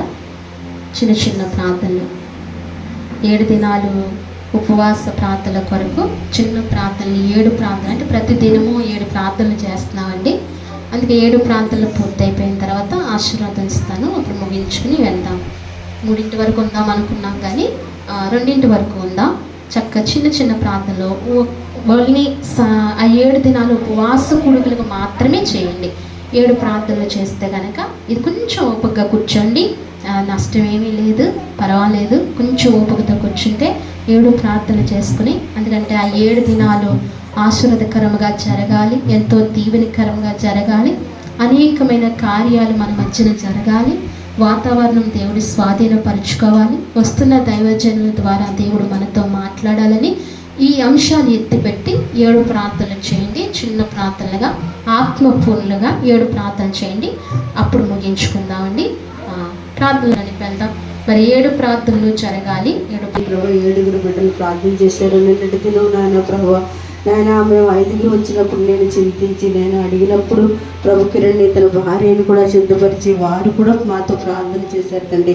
ఇది నీ ప్రేమ, నీ కృప తండ్రి. నీ స్తోత్రాలు, వందనాలు చెల్లిస్తున్నాను. నేను సహాయించండి. జరగబోతున్న ఉపవాస కొడుకులు ఘనమైన కార్యాలు మీరు జరిగించండి తండ్రి. స్తోత్రాలు తండ్రి. సంఘంలో ఐక్యత ఉండాలి, ప్రేమ ఉండాలి ప్రభా. పశువులోనైనా ఈ సర్వంతా నిండిపోయినప్పుడు వారి నీరుతో మేము కన్నీరు విడిచి ప్రార్థించినప్పుడు ఇది బాగు చేశారు తండ్రి. మీ స్తోత్రాలు ప్రభా. మరలా ఈ సంవత్సరం మేము 7 దినాలు ప్రార్థన పెట్టాలని నైనా దాసరాలను ప్రేరేపించినందుకు నీకు స్తోత్రాలు. జరుగుతున్న 7 కొడుకులు మీరు ఘనంగా క్రమంగా నైనా 7 రోజులు 2 పూటలు కూడా నైనా జరుగుటకు మీరు సహాయించండి. వస్తువులో అచ్చాశక్తి పుట్టించండి ప్రభా. అవసరార్థంగా వస్తే కార్యాలు చూడరు, కానీ తండ్రి ఉన్నాడని నమ్మి వస్తే ఫలం దయచేస్తానన్నా తండ్రి. దాసులు అనేక స్థలాలు ఉపవాస కూడులు పెట్టుకుంటున్నారు తండ్రి. దేశ క్షేమం కొరకు వారు ఎంతో డబ్బు ఖర్చు పెట్టి గడపలు కాల్చుకొని దైవ సేవకులు ప్రభా నాయనా దేశ క్షేమం కొరకు మొరపెడుతున్నారు. నేను ఆ ప్రేమ ఎవరు గుర్తెరగట్లేదు ప్రభా. ఆరాధన అందరినీ ఘనంగా జరిగించావు తండ్రి. నీకు స్తోత్రములు నాయన.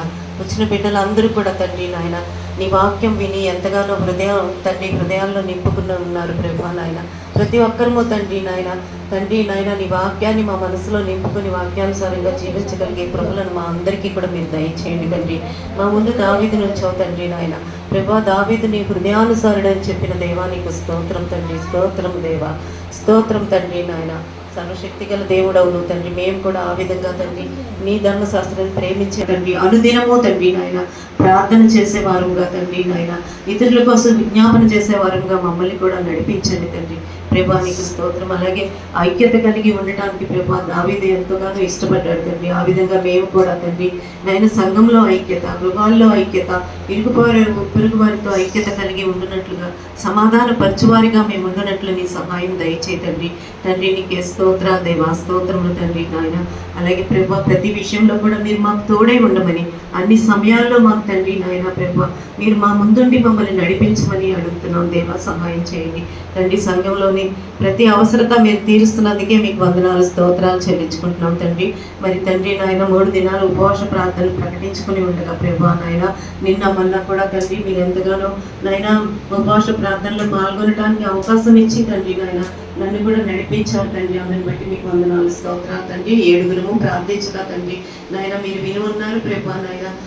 మరి ముందు రేపటి నెలలో జరగబోతున్న ఉపవాస కూడికలను 7 దినాలు 14 కూడికలను కూడా మీరు ఆశీర్వదించి ఘనంగా జరిగించిన నిమిత్తము తండ్రి నాయన ఈ కూడికలు ఏర్పరచుకుని ఉండగా ప్రభా నాయన వాటిని కూడా మీరు ఆశీర్వదించి ఘనంగా జరిగించినందుకు వందనాలు. ఈ దినం కూడా తండ్రి నాయన ఆరాధన మరి తండ్రి నాయన ఉపవాస ప్రార్థన 2 కలిపి తండ్రి నాయన ఈ దినము మీరు జరిగించుకుంటున్నందుకు మీకు వందనాలు, స్తోత్రాలు చెల్లించుకుంటున్నాం తండ్రి. మా ప్రార్థన ఆలకించండి తండ్రి. మా మనవులు చేరుకొని ప్రభా తండ్రి నాయన 7 దినం ఉపవాస ప్రార్థనలో తండ్రి ఘనంగా జరగడానికి నాయన మీరే మా అందరికీ తోడై ఉండండి తండ్రి నాయన. మీ వాతావరణాన్ని మీ స్వాధీనంలో ఉంచుకోండి, కరెంటును మీ స్వాధీనంలో ఉంచుకోండి. అలాగే మరి తండ్రి వాయిద్యాలు కూడా సక్రమంగా చక్కగా పనిచేయగలగటానికి అన్ని విషయాల్లోనూ మీరు తోడుండి నడిపించమని అడుగుతున్నాం దేవ. సంతోషకరంగా మర్యాదకరంగా ఎవరికి ఎటువంటి లోటుబాట్లు లేకుండా అన్ని కూడా తండ్రి మీ నామ మహిమాంతంగా జరుగుటకు మీరు సహాయం దయచేయమని, అనేక మంది బిడ్డలు వచ్చి ప్రభా ఈ ఉపవాస కూడికల్లో పాల్గొనడానికి అనేక మందిని నడిపించమని అడుగుతున్నాం దేవ, సహాయం చేయండి. అలాగే దైవజనులు అనేక మంది వస్తూ ఉన్నారు ప్రభా వారందరిలో మీరు ఉండండి, వారికి మంచి ఆరోగ్యాలు ఇవ్వండి, ఆత్మీయ జ్ఞానంతో నింపండి తండ్రి పరిశుద్ధాత్మతో నింపండి తండ్రి వారిని ప్రభా వారు మా మధ్యకు వచ్చి వాక్యాన్ని బోధిస్తున్నప్పుడు తండ్రి మా వాక్యాలు మా హృదయంలో నీరు పట్టి ఫలించలాగా మేము వినటానికి సిద్ధపడి రావటానికి మీరు సహాయం చేయండి తండ్రి. ప్రతి ఒక్కరికి సిద్ధపాటు కలిగించమని అడుగుతున్నాం తండ్రి.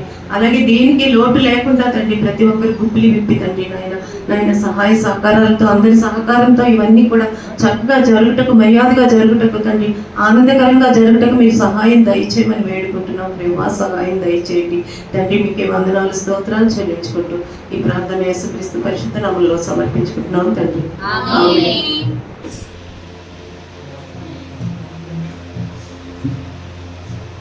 అందరం కూర్చుందామండి. చిన్న ప్రకటన ఉంది, విందాం. అందరం కూర్చుందాం. 7 రోజులు ఉపవాస ప్రార్థనలు సమయం డేట్ దేవుడు మనకు అనుగ్రహించారు. ఇప్పుడు ఇవ్వబోతున్నామండి. అక్టోబరు 21 నుంచి 27 వరకు. ఎన్ని రోజులండి? 21 నుంచి 27 వరకు, అంటే సోమ మంగళ బుధవారం నుంచి ఆదివారం వరకు కూడా జరుగుతాయి 7 రోజులు. అక్టోబరు 21 అండి. ప్రార్థనలు ఎత్తి పట్టండి. ఆ 7 రోజులు కూడా దేవుని మహిమార్థంగా జరగాలి. సమయం మీకు తర్వాత తెలియజేస్తాను. తారీఖులు అయితే ఇవ్వండి. అలాగనే ఈ నెల ఆల్ నైట్ మరి ఎప్పుడమ్మా? సోమవారం రేపేగా. రేపు అందరూ కూడా ఆల్ నైట్కి, ఈ నెల ఆల్ నైట్కి రావాలి. ఈ నెలంతా దేవుడు కాపాడి ఆయన సజీవమైన రెక్కల చాటు ఉంచినందుకు కృతజ్ఞతాస్థుతులు ఒక 2 గంటలు అర్పిద్దామండి. అందరూ కూడా తప్పనిసరిగా వచ్చి ఆన్లైన్ ప్రార్థనలో పొందాలని మీకు మనవి చేస్తున్నాం. అలాగే ఈ వారం ప్రార్థనలో మీరు ఇంటి దగ్గర ప్రార్థన చేయండి. సుబ్బారావు గారి గురించి మరింత భారంగా మీరు ప్రార్థన చేయండి, మర్చిపోకుండా. చక్కటి రిపోర్ట్లు వచ్చేటట్టుగా ప్రార్థనలు జ్ఞాపకం చేసుకోండి. అలాగే రాయలంలో ఉన్న సత్యనారాయణ తండ్రి గారి గురించి, తల్లి లక్ష్మి గారి గురించి, ముగ్గురికి జ్వరాలండి. వాళ్ళ కొరకు కూడా మీరు ప్రార్థనలో జ్ఞాపకం చేసుకోండి. ఇంకెవరైనా బలహీనత ఉంటే వారి కొరకు కూడా ప్రార్థనలో జ్ఞాపకం చేసుకోండి. పార్వతి గారి తల్లి గారికి కూడా స్వస్థత వచ్చేటట్లుగా, ఆమె జ్వరాన్ని కూడా దేవుడు స్వస్థపరిచినట్లుగా ప్రార్థనలో జ్ఞాపకం చేసుకోండి. ఈ రీతిగా అన్నీ కూడా గమనించండి. చివరి ప్రార్థన చేసుకుందాము. మరి మన మధ్యకు సహోదరి సౌభాగ్య గారు చాలా రోజుల తర్వాత మన మధ్యకు వచ్చారు. సహోదరిని చూడటానికి దేవుడు మనకి కృప చూపించారు. ఆ సహోదరి కొరకు, కుటుంబం కొరకు కూడా మీరు ప్రార్థనలో జ్ఞాపకం చేసుకోవాల్సిందిగా మనవి చేస్తున్నాను. అలాగే ఈ దినం మనం ప్రయాణంలో కూడా తోడుగా ఉండేటట్టుగా ప్రార్థనలో జ్ఞాపకం చేస్తాం.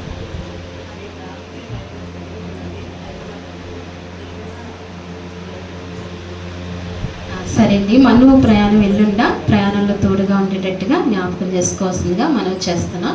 చివరి ప్రార్థన చేసుకుందామండి. పరిశుద్ధుడా నీకు వందనాలు, స్తోత్రాలు. గొప్ప నమ్మకము గల దేవా నీకు వందనాలు. జీవమైన దేవ, గొప్ప దేవ, సర్వశక్తిమంతుడా నీకు వందనాలు, స్తోత్రాలు. అయ్యా ఈ ఆరాధన అంతట్లో మీరు మాకు తోడుగా ఉండి పాటల్లోనూ, మొదటి ప్రార్థనలో, పాటల్లో, అలాగే నీ తండ్రి నాయన ఇదిగో కీర్తనలో ప్రభువా, నాయన స్తుతి ఆరాధనలో, సాక్ష్యముల్లో ప్రభువా, వాక్యముల్లో, ప్రార్థనల్లో ప్రభువా, 7 ప్రార్థనల్లో కూడా మీరు మాకు తోడుగా ఉండి నడిపించినందుకు వందనాలు. ఆత్మతో సత్యంతో నీ సన్నిధిలో మొరుపెడుతూ వచ్చాం ప్రభువా. అవును తండ్రి, చిన్న సంఘమైన నీ ఆత్మను మా మధ్య కుమ్మరించినందుకు, మీరు మాతో ఉన్నందుకు నీకు స్తోత్రాలు. ఎన్నో గొప్ప కార్యాలు చేస్తున్నాం, అడిగినవన్నీ కూడా మీరు ఇస్తున్నారు తండ్రి. మేము పొందుకుంటున్నాం. కృతజ్ఞతలపై నేను ఎల్లప్పుడూ స్తుతించే కృప మాకు దయచేయండి ప్రభా. ఈ వారం అంతట్లో మమ్మల్ని మీరు జ్ఞాపకం చేసుకుని సజీవులుగా ఉంచి నేను స్తుతించే, ఆరాధించే కృప మాకు అందరికీ అనుగ్రహించినందుకు వందనాలు. అలాగే గడిచిన వారం అంతా మీరు కాపాడారు. ఈ వారం కూడా మీరు కాచి కాపాడమని, నీ రెక్కల చోట్న మమ్మల్ని బలపరచమని ప్రార్థిస్తున్నాను. అయ్యా గడిచిన నా ప్రభు పరిశుద్ధ దినం నుంచి నా ప్రభు పరిశుద్ధ దినం వరకు నీ సజీవమైన రెక్కల చోట్న మమ్మల్ని ఉంచినందుకే నీకు వందనాలు, స్తోత్రాలు చెల్లించుకుంటున్నాం ప్రభా. ఇంతవరకు మీరు మాతో మాట్లాడుతూ వచ్చారు. మాట్లాడిన ప్రకారంగా మేము జీవించడానికి, దాని ప్రకారంగా మేము నడవటానికి నీ ఆత్మశక్తిని మాకు దయచేయండి. ఇక్కడ ఉన్న బిడ్డలందరికీ మీరు అనుగ్రహించండి. అయ్యా వచ్చిన నీ బిడ్డలందరినీ మీరు బహుగా దీవించి ఆశీర్వదించండి. పెద్దల మొదలుకొని చిన్నల వరకు అందరినీ ఆశీర్వదించండి. అయ్యా ప్రియ బిడ్డలందరినీ మీరు జ్ఞాపకం చేసుకోండి. ప్రతి ఒక్కరి అవసరతలు తీర్చండి. ముఖ్యంగా నేను సుబ్బారావు గారిని జ్ఞాపకం చేసుకోండి ప్రభా. అయ్యా తండ్రి గారిని బలపరచండి నాయన. ఆ మెడ కంఠమును మీరు ముట్టండి, స్వస్థపరచండి ప్రభా. అయ్యా ఇదిగో మరి నాయన నీ కుమారుడు బలహీనలుగా ఉన్నప్పుడు మేము ఎన్నో మార్లు ప్రార్థించినప్పుడు నువ్వు వెంటనే స్వస్థత ఇచ్చి చక్కగా నీ కుమారుడిని నైనా నీ సన్నిధికి నడిపించుకుంటున్నారు ప్రభా.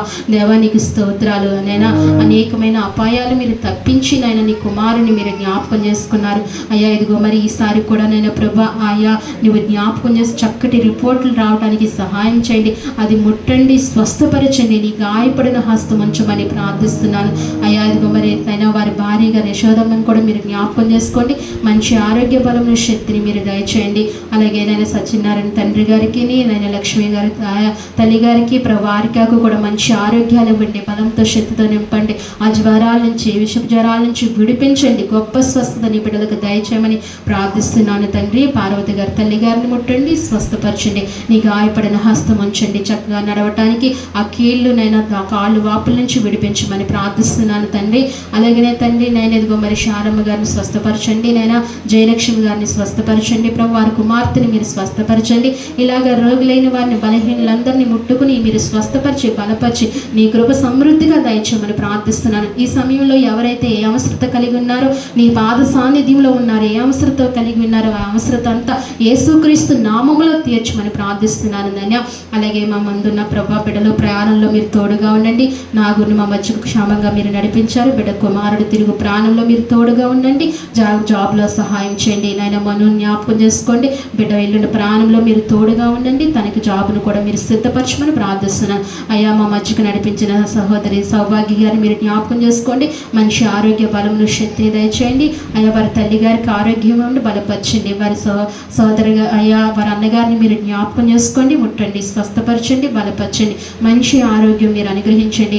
వారి అక్కగారులు, చెల్లిని గారు, బిడ్డలందరినీ కూడా మీరు జ్ఞాపకం చేసుకోమని మీ సన్నిధిలో ప్రార్థిస్తున్నాను. సహాయం చేయండి. అలాగే తండ్రి నేను ఈ సమయంలో యవన బిడ్డలు ఉన్నారు ప్రభు. బిడ్డలు మీరు జ్ఞాపకం చేసుకోండి. వారి కాలేజీకి వెళ్తుండగా రాకపోకల్లో మీరు తోడుగా ఉండండి. చదువులో మంచి లెస్సైన జ్ఞానాన్ని బిడ్డలకు అనుగ్రహించండి. రానున్న దినాల్లో మంచి నేను ఉద్యోగాలతో నీ బిడ్డలు నైనా రాణించడానికి కృప దయచేయండి. దైవభక్తిలోను నైనా ప్రభా ఇదిగో మరి భౌతికంగా బిడ్డలు వర్ధలటానికి నీ కృప దయచేయండి. వచ్చిన నీ బిడ్డలు దీవించండి, ఆశీర్వదించండి ప్రభా. వారి సంఘంలో ప్రభా ఆరాధన చూసుకుని 2వ ఆరాధనకి ఇక్కడికి వచ్చారు ప్రభా.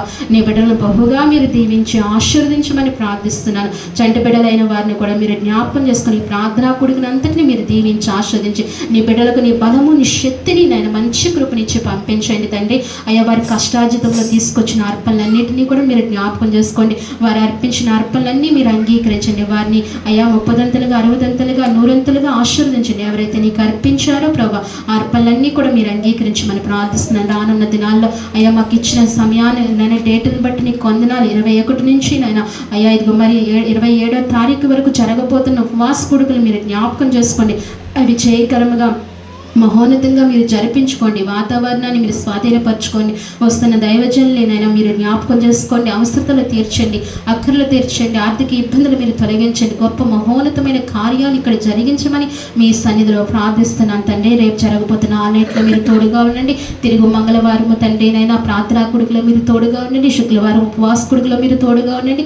ఆదివారం ఆరాధనలో మీ సన్నిధి మీ ఆత్మతో ఉంచినైనా ఈ వారం వచ్చి నీ బిడ్డలు దీవించి, ఇంకా రావాల్సిన బిడ్డలు నడిపించి, సకాలానికి వారిని దీవించి ఆస్వాదించమని స్తుతించి ప్రార్థించి మా ప్రియరక్షకుడైన యేసుక్రీస్తు నామంలో అడిగి వేడుకుంటున్నాము తండ్రి. మన తండ్రి అయిన దేవుని ప్రేమయు, కుమారుడైన యేసుక్రీస్తు కృపయు, పరిశుద్ధాత్మ అన్యోన్య సహవాసము మనకు, మన కుటుంబాలకు, సార్వత్రిక సంఘానికి, జరగబోతున్న ఉపవాస కూడుకులకు ఇప్పుడును ఎల్లప్పుడూ సదాకాలము దేవుడు తోడైండి నడిపించి దీవించి ఆశీర్వదించును గాక. ఆమేన్. యేసు రక్తమే జయం. ప్రవేశ రక్తము సంపూర్ణమైన విజయం కలుగును గాక. ఆమేన్. ఆమేన్.